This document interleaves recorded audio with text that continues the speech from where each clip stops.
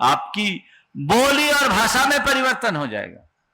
आप देखिए, कोई व्यक्ति बहुत हताश, निराश, चिंतित, शोकमग्न और नकारात्मकता से भरा आदमी है, उससे आप बात करोगे, दूर भी बात करोगे, फोन पर भी बात करोगे, तो उसकी बोली सुनकर क्या हो, क्या बात है, आज परेशान हो क्या?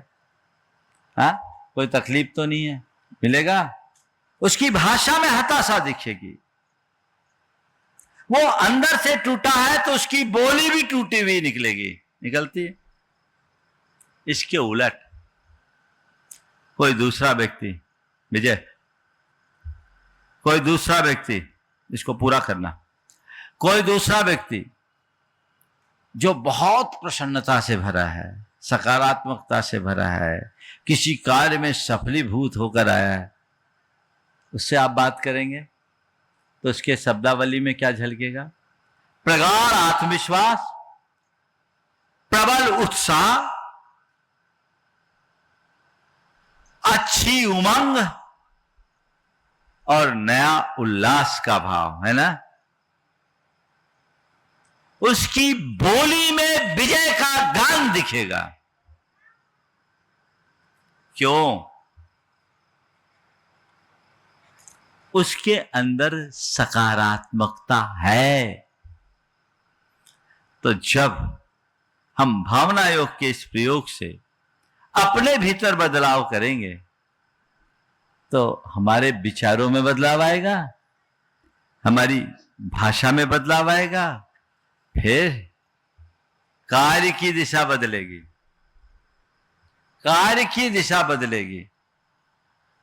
जब व्यक्ति हताश, निराश होता, कोई काम करने का हिम्मत ही नहीं कर पाता, कोई निर्णय लेने में सक्षम नहीं होता। आप कैसे करें? उसे डर लगता है, आप करेंगे तो कहीं गड़बड़ ना हो जाए। लेकिन जब व्यक्ति के मन में सकारात्मकता आ जाती है, सबसे पहले आत्मविश्वास जगता है, और आत्मविश्वास से भरा हुआ व्यक्ति बड़े बड़े कार्य को भी चुटकियों में करने की हिम्मत रखता है, फटाफट निर्णय लेता है। वो छोटा सोचता नहीं तो उसके कार्य भी छोटे नहीं होते हैं। उसकी सोच बड़ी होती है, काम बड़ा होता है, तो अंजाम भी बड़ा होता है। सोच कार्य की दिशा परिवर्तित कर देगी, और फिर जब आपके विचारों की दिशा बदलेगी, शब्दों की दिशा बदलेगी, कार्य की दिशा बदलेगी, तो जीवन की दिशा भी बदल जाएगी।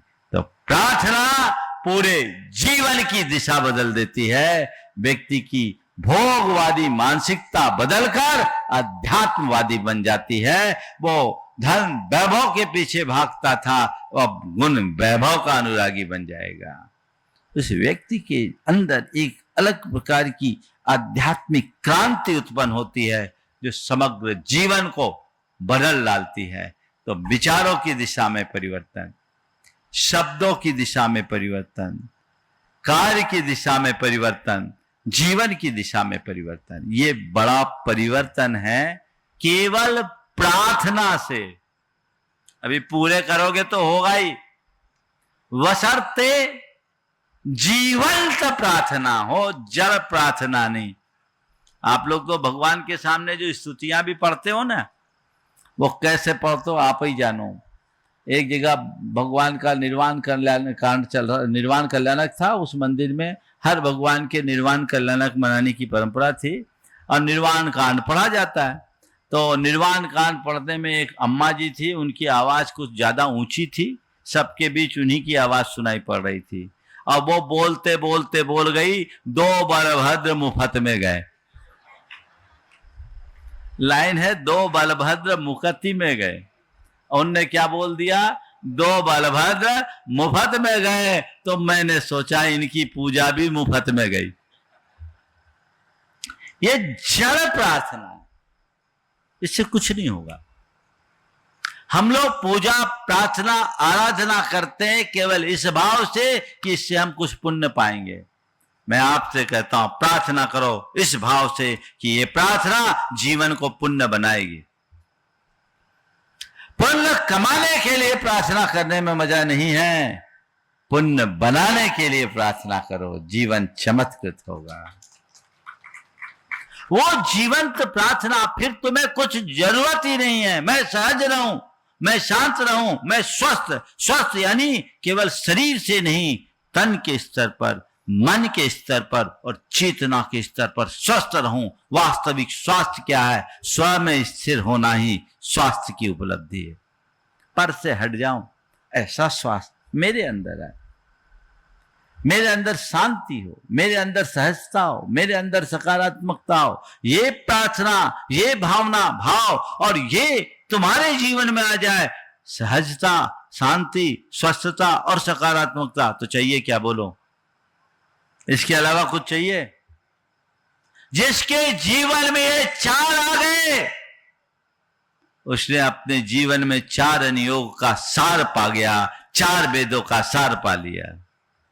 सबका तो यही सार है, इसे अपने जीवन में घटित करने की कोशिश करना चाहिए।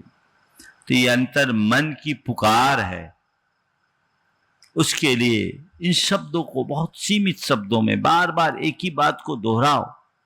और जब मैं सहज रहूं, मैं आपको बोलता हूं, हे प्रभु मुझे ऐसी दृष्टि दो कि मैं सहज, शांत, स्वस्थ और सकारात्मक जीवन जी सकूं। मैं सहज रहूं, मैं सहज रहूं, मैं सहज रहूं। ये मंत्र तो आप पढ़ रहे हैं, लेकिन इसके साथ विजुअलाइज करो। विजुअलाइजेशन का बड़ा इफेक्ट होता है। अभी डॉक्टर साहब ने मुझे एक पुस्तक दी, मैं उसको देखूंगा, अभी देख नहीं पाया, जिसमें इन सब का विज्ञान बताया। आज ये सब चीजें लोग रेखांकित कर रहे हैं कि चीजों को हम जैसा विजुअलाइज करते हैं वो चीजें वैसी हो जाती। तो हम इफेक्ट ऑफ विजुअलाइजेशन को जाने। आप सहज रहना चाहते हैं, आप सहज रहना चाहते हैं, शांत रहना चाहते हैं, तो कुछ इमेज कीजिए। क्या कीजिए? मुझसे अभी प्रमाणिक समूह ने कहा था, महाराज ग्राफिक्स बनाए, क्या बनाए? तो हमने कहा ऐसा करो, एक ऐसी ग्राफिक्स बनाओ कि एक आदमी बैठा, उसकी घरवाली चिल्ला रही है पर शांत है। वो चिल्ला रही है, चीख रही है, झल्ला रही है। उल्टा भी हो सकता है, पर ज्यादातर ऐसा ही होता। तो उसमें अपनी सहजता बनाए रखो। कुल मिलाकर आप अपनी ऐसी इमेज की कल्पना करो, ये तो मैं विनोद में बोल रहा हूं, कि प्रतिकूलताएं चारों तरफ है, फिर भी मैं स्टेबल हूं। मेरी सहजता में कोई दिखावा नहीं, कोई बनावटीपन नहीं, जो है सब साफ, पारदर्शी। सुख और दुख में, मान अपमान में, हानि और लाभ में, जीवन मरण में, संयोग वियोग में एक रूपता, पाने खोने में एक रूपता, ये सहजता है। अभी क्या होता है? पल में मासा, पल में तोला, क्षण में उतार, क्षण में उभार, ये चीजें होते रहती, अप डाउन्स। ये जो उतार चढ़ाव है वो हमें अंदर से तोड़ देता है, कमजोर करता है, व्यग्र और बेचैन बना देता है। अंदर की व्यग्रता और बेचैनी को दूर करने के लिए सहजता का अभ्यास जरूरी है। यह अभ्यास पूरे जीवन में बड़ा व्यापक बदलाव करता है। इसी तरह मैं सहज रहूं तो ऐसी छवि अपनी खुद की देखो कि तुम्हारे सामने तुम्हारा वो सहज चेहरा खड़ा है, तुम्हारा वो शांत चेहरा, हंसता मुस्कुराता चेहरा, प्रसन्नता से भरा चेहरा, वो तुम्हारे सामने। अपने आप को सकारात्मक रूप में देखने की कोशिश करें। आप जितना ज्यादा विजुअलाइज करेंगे, चीजें उतनी अधिक प्रभावी होगी। क्योंकि आप सब भावना योग के अभ्यासी नहीं, भावना योग का अभ्यास कराने वालों में शामिल हैं, तो आपको ये चीजें समझनी होगी। और जब कभी भावना योग कराएं तो सामने वालों को ऐसा इंस्ट्रक्शन या दिशा निर्देश भी देना सीखना चाहिए।